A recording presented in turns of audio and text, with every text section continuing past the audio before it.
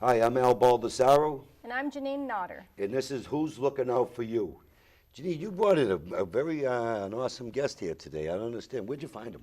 Where'd I find him? Yeah. Oh, he was my husband's boss. Your husband's boss. Oh, so okay, I didn't know that.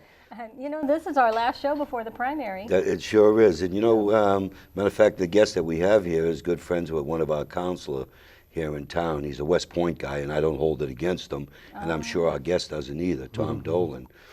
So we go back and forth, and I have to remind him what Army stands for. He ain't ready for the Marines yet. But anyways, you want to introduce our guest there, and then we can get into state issues and everything else. Gubernatorial candidate Walt Havenstein. Did I say it right? Yes, you did. But welcome to the show. Well, Nice to see you. welcome to Londonderry. You bet. You want to know how I remember how to spell yeah. Yes. I think of the 15-minute intro course at the University of California with the German class. I remember two things. Handschuh is a glove, and Unstein for beer. Yeah. So that's how I remember your name. We're actually, Judy and the campaign team is looking to have Havenstein with Walt at some point in the campaign, just to to bring the last name into play. So we have a mutual friend, Rich Ashew, and his name was mispronounced all the time. Sure. I Rich said, is another they were calling great him guy. Shoe, Yeah. and I said, why don't you get those little shoes, those keychains, and pass them out? Everyone mispronounces your name anyway. Yeah. But what they did was they got cashews. Ashew's cashews, perfect. and that helped. Yeah, that's Well, why don't great. let's get right to the point, Walt. Sure. Why governor? Al, you and I have talked about this on many occasions, and even Janine, you and I have talked about this. I'm running to get our economy moving. As you know, under Democrats in the corner office over the last 10 years, our economy has stagnated. We've fallen behind Vermont and Rhode Island when it comes to economic growth, which is frankly an embarrassment. Last year, our economic growth for the state was 0.9%, and the result of that is our young people are leaving the state. As we're getting older as a state, the young people that frankly are the basis for our future economic stability are leaving. It happened to me last summer when my son, who followed me here from Florida when he graduated from school 15 years ago, married a lovely young lady from Derry, have two beautiful little daughters. After 14 years in the state, was lured away by work to Texas. Wow. And so it got me thinking about what has happened economically in our state. And sometimes things can be very deceiving, but the fact of the matter is our state has not come out of this recession as it typically has. When I got here 15 years ago, our state was humming. We were the economic powerhouse in New England. And we were coming off three straight decades of economic growth, double-digit economic growth and job creation, and that's not the case today. And as a result, despite having one of the best education systems in the country, our young people are leaving the state when they graduate from college or high school. Right. And that has got to change. It is not just to keep our young people here, which makes us such a vibrant and prosperous state. It's also, we need it to have a balanced prosperity. If otherwise, the demographics will continue to shift, and frankly, that's going to leave us in a bad position. I'm sure you're familiar with the census, the past census here showing, like here in Londonderry, we have more 55 and over housing that had been booming over the years. I have 7 children. You're 100% right. No, one of them working in New Hampshire. Half of them are educated, one's in the Marine, and they're working in other areas. Which side does that guy fall on?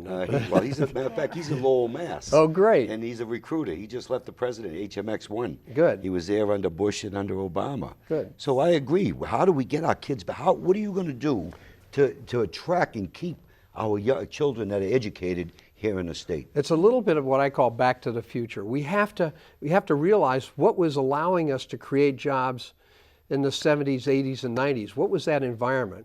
And what's changed?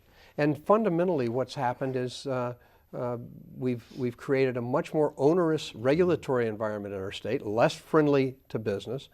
We've created a tax structure now that is ranked third worst in the country when it comes to corporate tax structures. And frankly, we've made it difficult And when in comparison, competition with other states, we've made it difficult to businesses to start here. We used to be, when I got here, we were ranked 14th in the country when it came to new business startups. Today we're ranked 35th. And we all know that new business starts, small business starts, are the seed corn for future economic growth and private sector job creation. We got to change that. So you asked me what I'm proposing to do. If you were to go to my website, waltfornh.com/plan, you'll see what I call the 8-15-17 equals 25,000 jobs plan. And it's a plan simply to put in place, working with the legislature, first and foremost, to put a plan to roll back and to reduce our business profits tax, to make us once again competitive in the region, to adjust some of our regulations, in some case roll them back, to make sure that we are presenting a business-friendly climate. Part of that structure also means we have to have the state government change its cultural philosophy on growth and job creation and make them a partner. Londonderry is probably the poster child of a town in our state who's done it the best, rolling back impact fees and other things that were posing an imposition on business coming here. And as a result of that business-friendly structure we have in Londonderry, we now have one of the fastest growing economies in the entire state right here in Londonderry. The other thing we want to do is I'll be coming to legislature and asking you once again, please bring back the right to work law. That was my question for you, is where do you stand on right to work? I sponsored that bill my first term, and I've co-sponsored every other term. And we need that. We need that bill. Again, it'll position us in stark contrast to the other states in our region. And first and foremost, we need to be competitive in our region. 106,000 of our citizens commute out of the state every day to work. That's right. My wife drives to Lexington every day. And if we could just create a more business-friendly condition here in our states, so those businesses weren't lured to be starting in Massachusetts, but here we'd solve a lot of our economic issues right there. You think he's going to be like a Rick Perry? That's going to take businesses from Texas and other areas and bring that them. would be nice. Well, that's the third part of my plan, by the way. You make the regulatory and tax structure competitive. You make the hiring through right to work and educational alignment competitive, and then you have something to sell. Today we don't have what Rick Perry has to sell, do we? But once we do, I guarantee you, Rick's going to have his competitor coming from New Hampshire, because I want my granddaughters back here as soon as we can. It's a prettier state. There's no comparison, right? Well, they're blue sky. Blue Texas sky. We used to live there. A couple things. Okay, this is the election season for the 164th state legislature. During the 162nd state legislature, the Republicans had a supermajority in the House. We tried to pass right to work, and we did pass it, but Governor Lynch vetoed it, and then we tried to override the veto, and we fell short by, what was it, it wasn't too much. So I've been talking to our former Speaker, Bill O'Brien, and I suggested to him, well, what if we exempt the policemen and the firemen? Because they were the loudest voice against right to work. They filled the gallery and shouted down. They lined up a gauntlet, so the legislators walking in That is in our plans, but we're keeping that. Oh, all right. Well, I've heard Bill talk about it. But so how would you feel about that? I mean, if that's what we have to do to pass right to work, I would support that. Well, first of all, I hope that's not what we have to do to pass right to work, because had we had a Republican governor in the corner office, this would be law today. And we'd have jobs. And we would be moving in the right direction for private sector job creation. But remember, I'm focused on the private sector, all right? And I appreciate and first of all, some people have this opinion that a right to work law is an anti-union or anti-bargaining. They do. It is not. That's right. I've worked in right to work states and non-right to work states, but it really, the difference is a right to work law is all about growth. It's all about economic growth and job creation. Freedom. It doesn't, exactly, freedom. It doesn't prohibit the creation of bargaining units, and it doesn't stand in the way of that. What it really does is it helps business leaders when they're trying to make a decision about where they're going to do business, it is one other factor that they consider. Now, let me give you a great example of that. Last summer, out in Newport, Ruger decided they wanted to create another product line. They're a magnificent company out there. They have 1,600 magnificent, high-paying tech jobs, manufacturing jobs. And yet they decided, rather than put the new line in here in New Hampshire, they decided to put it in North Carolina. Now, it was only 100 new jobs, but those are 100 good jobs for New Hampshire that we should. We tried to get them here. And you know what the number one criteria was? And they had a list of them. Right to work. Right to work. So it's not always the most significant. In this case, it was the first one for Ruger. You know what concerns me about their decision to do that? Once they get those 100 jobs in North Carolina and they get that line running, how are they going to think about future expansion or even the current 1,600? They won't. They want to move there. So we have to tackle this issue from a competitive point of view, both regionally and eventually nationally. And so what I'm trying to do is provide opportunities, working with the legislature, to say, okay, what are the significant few things that we can do to make sure that we are competitive, first regionally and then nationally. And right to work, I think, is one of those important issues for us. When you were CEO of BAE Systems, okay, a couple of things. Prior to that, it was Sanders, and I heard you say at an event that when Sanders sold, they were thinking of moving the company out of the state, which would have been a huge loss of jobs for New Hampshire, and that you were instrumental in keeping them here along with Senator Bob Smith. Yeah. What happened shortly after I got to Sanders in '99, Lockheed Martin made the decision to sell off that part of the business. And the leadership team there in Sanders, we knew how important the culture was here. Actually, live free and die was part of who we were, and why and how we could sell New Hampshire to the potential buyers of the company. Two of the buyers who were interested, and there were several, but two of them were very interested in, because they looked to consolidate, moving the business, if not all parts of it, out of the state. We were able to convince folks, because we were able to sell the state, that this was the right place for the business. Bob Smith was helpful because there was some concern that if this became owned by a foreign company, which BAE Systems is, that there would be some issues on national security. I assured him that wouldn't be the case. And as it turned out, we were able to sell the state. BAE Systems was the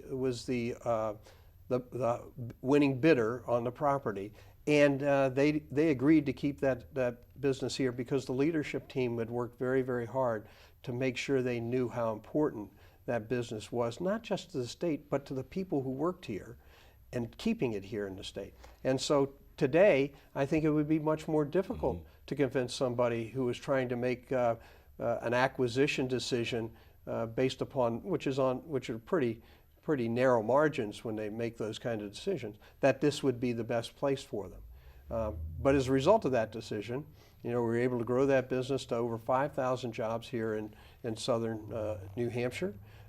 Great jobs, sustaining jobs, and that company today remains our largest manufacturer and our largest engineering company in the state. So, and a company I was very, very proud to be associated with. So as CEO, you were in charge of a budget that's 3 times bigger than the budget for the state of New Hampshire? Right. At BA, when I was CEO of BAE Systems, Inc., which included all the North America operations in South Africa, Turkey, Sweden, England. Where that was a $20 billion business, and our operating budget was more than 3 times the size of the state's budget. That sounds like a good qualification for a well, gubernatorial candidate. Without a doubt. There's some of the concerns I have is, and I look at Lynch for 8 years, and I look at Hassan. Yep. Okay, we went from 17% spending, under Lynch. We went from where we were able, our Senate was able to pass, which I call the O'Brien budget, because Maggie Hassan cussed in everything 2 weeks prior to the budget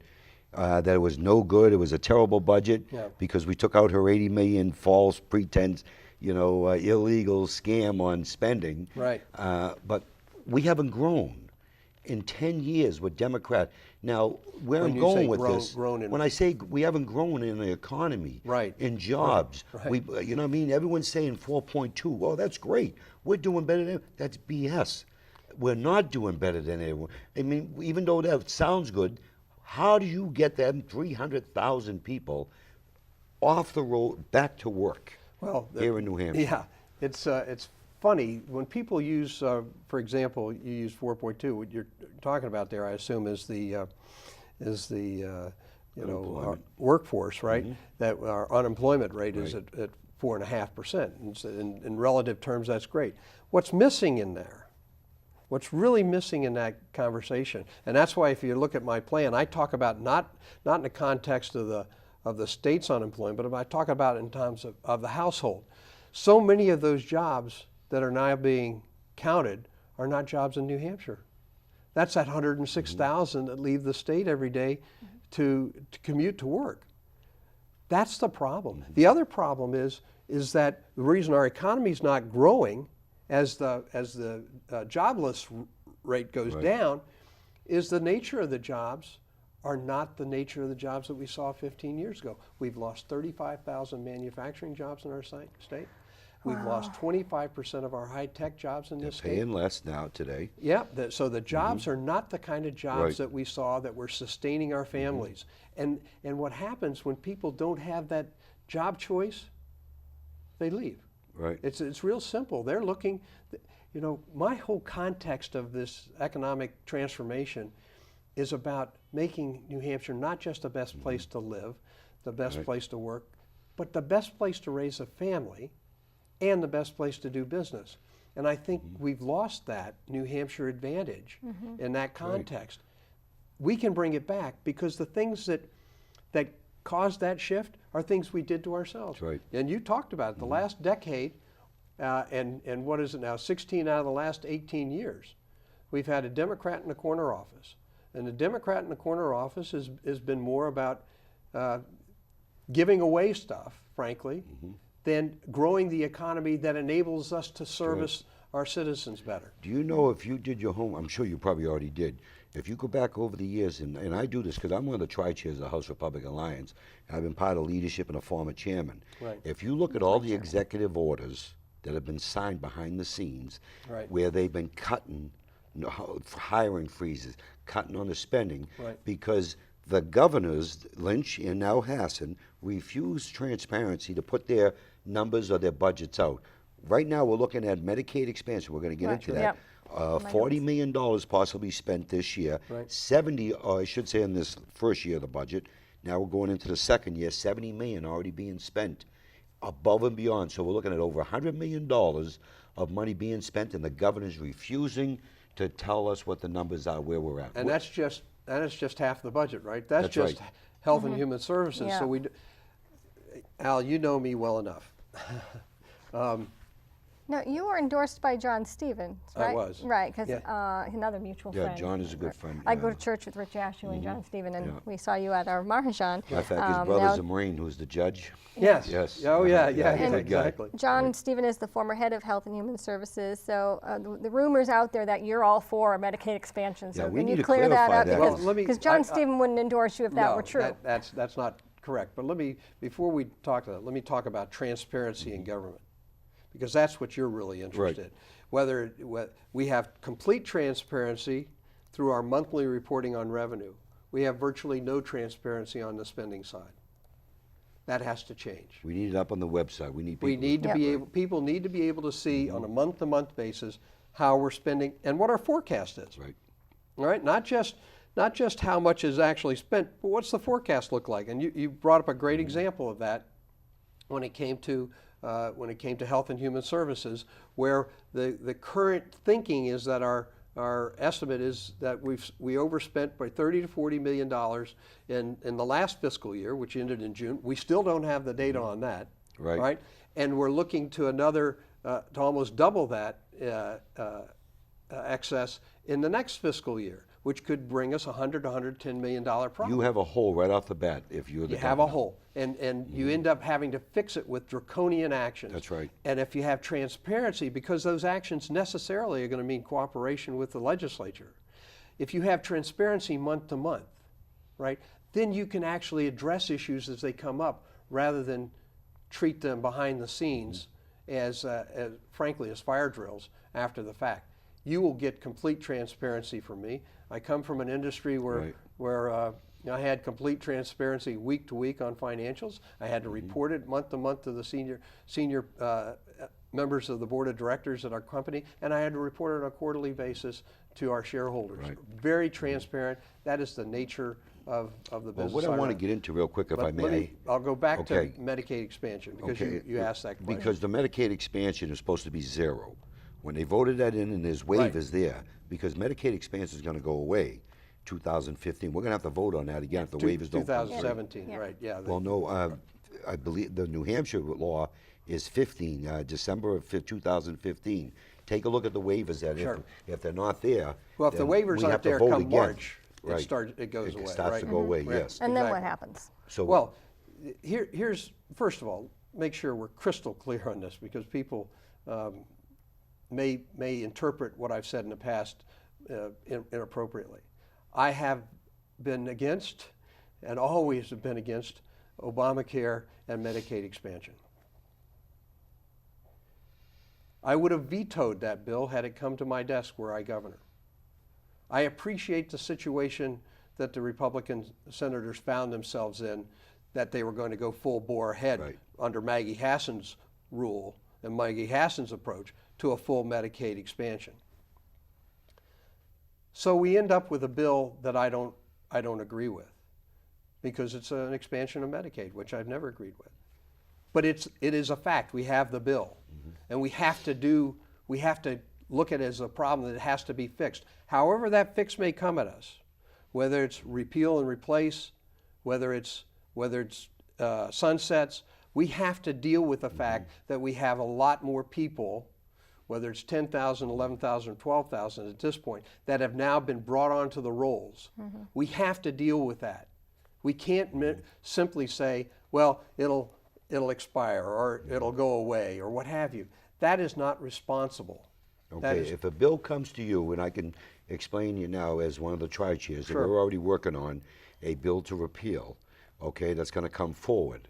Now, what we're also working on is repealing some other old laws that Shaheen put in as a governor, where all these insurance companies moved out of state to be able to track these insurance to make it affordable. Right. Would you sign the repeal bill? Sure, if it's a balanced approach that doesn't Right. take those 11,000 people that have been brought onto the system, right, and simply cut them off at the knees. Right. I don't think that's problem solving. That's How will you pay in 3 years, because it's 100% right now. Right. But actually it's not, because it's costing us over 100 million right now. Well, what happened there, Hal, as you know, is that people came onto the system not in the context of Medicaid expansion. Right. They came onto the system because Governor Hassan promoted a new entitlement that actually was not part of Medicaid Right. expansion per se. That's where most of that added cost has come from. We're going to have to deal with that and solve that problem collectively so that it is not a burden on our taxpayers going forward. But I want to make sure I'm crystal clear about that. Had I been the governor, I would not have signed that bill. Right. Yeah. But now, as he's going to be if you're going to be the governor, now the 11,000 people should have been told that this could go away in a year, because that was part of the legislative intent. You got to be Right. transparent and open with these folks, right? Right. And then you got to do right by them, Yes. right? And so, as you and I know, and you've been in this situation as many times as I have, we have to be upfront with them That's right. and help solve that problem. You Yes. simply cannot kick it down the road No, we can't. because if the waivers get approved, it's 2017, and my concern is that we end up with a governor like we have today who's unwilling to face into these kind of problems. We've got a governor who's running away from problems today. That is not going to be me. She hasn't even Yeah. held a town meeting here in, 2 years? I've never been invited to any meetings with her. I wanted to run something by you here so the same mistake wasn't made like a few years ago in a budget, and I'm not going to bring up the name, a budget that was vetoed Yeah. instead of working with the legislator. Under the general court, this is the New Hampshire Constitution, Article 2, general court, the supreme legislative power within the state shall be vested in the Senate and the House of Representatives, each of which shall have a negative on the other. The reason I brought that up because this governor many years ago failed to get out of his office and come in and work with the legislator. You cleared something up there why I wanted to bring this up in the beginning. You will come and work with the legislator because your budget is just something sent to us and then it becomes our budget. It's a collective budget, Yes. right? At the end of the Right. day, we both have to agree. Will you get out of your office because we don't see Hassan or Lynch, and I've been there 8 years, come in and work with us. You know how I lead. I know, that's why I wanted to bring And this up. somebody asked me, what are the first 3 things you'll do as governor, right? The first thing I'll do is I'll come down to the legislature and introduce myself, and so that you all know who I am, and spend enough time with you that you feel comfortable in coming to my office. Oh, by the way, symbolically or not symbolically, and the security guys will probably tell me I can't do this, I'm taking that door off. Taking that door off that office, I'm going course to you lean it don't over in the have that. corner. You talking about in your office? In my Yeah. office. Oh, okay. So when people say, do you have an open door? I said, I won't have a door. Yeah, right, I like that. I won't have a door. So, Right. and frankly, people used to say to me at BA Systems or at Mm-hmm. SAIC, so, well, how do we get in touch with you? So you don't have to worry. I'm not going to spend a lot of time. And I didn't spend a lot of time 7th floor at Spitbrook Road. Most of my time was spent out where the value added was being created. And in our state government, the value added is created in our legislature and the state employees and the municipal employees that are providing such important service to our state. You know, we're down about a we have a minute and minute and a 20. half. I want to either yes or no on one question. Go ahead. Londonderry has a large fishing game club here. Yeah. Very good. Second Amendment. I want you to tell my constituents, if a bill somehow makes it through the House and the Senate, taking away gun rights, or these assault weapon BS, where are you at? I would veto that. You know I'd veto that. I know that. I just wanted to make you sure know what people I'm gonna know re- that. But I'm going to tell you, Al, I'm going to be terribly disappointed in you if any bill like that ever gets to my desk. It won't if the House and the You Senate know, is in Judy and I are both gun owners. Right. We're both NRA Right. members. I've got an A That- rating from the I NRA. just wanted to bring that up And, because All right. the producer Al is a big gun guy, and he's probably sitting behind the glass smiling. He'll come in. He Right, comes he'll in and come in. grills all the guests after Yeah. after each show. How do they get in touch with this? Well, he gave us his website. You want Yep, to tell us again? waltfornh.com. And I need 2 things from our voters. I need their votes, and I need their voices. If Republicans are going to do what I think we can do this fall, and that is take over the corner office, we need Republicans talking to everybody about the future of our state. And the future of our state is all predicated upon economic growth and job creation, and that's where I'm going to be focused. Amen. Well, thank you so much for being on the show. Yeah, definitely, It's Walt. great. Semper- Hoorah, good to Semper see you. Fi. By the way, we didn't get into Walt being a 30-something year Marine. 28 and a half 28 years, years yes. and a half years Marine. And very proud of it, as Janine- you are. Yeah, that's right. 22 years active duty, and I'd do it again. Yeah, how do they get in touch with you, Janine? The state website is the best. I check my email, so just With me? navigate the site. Stop by 41 Hall Road. My phone number, 425-6997, or albaldessaro.com. It's a beautiful day in the neighborhood. Yeah. And thank you for watching Who's Looking Out for You. See you next time.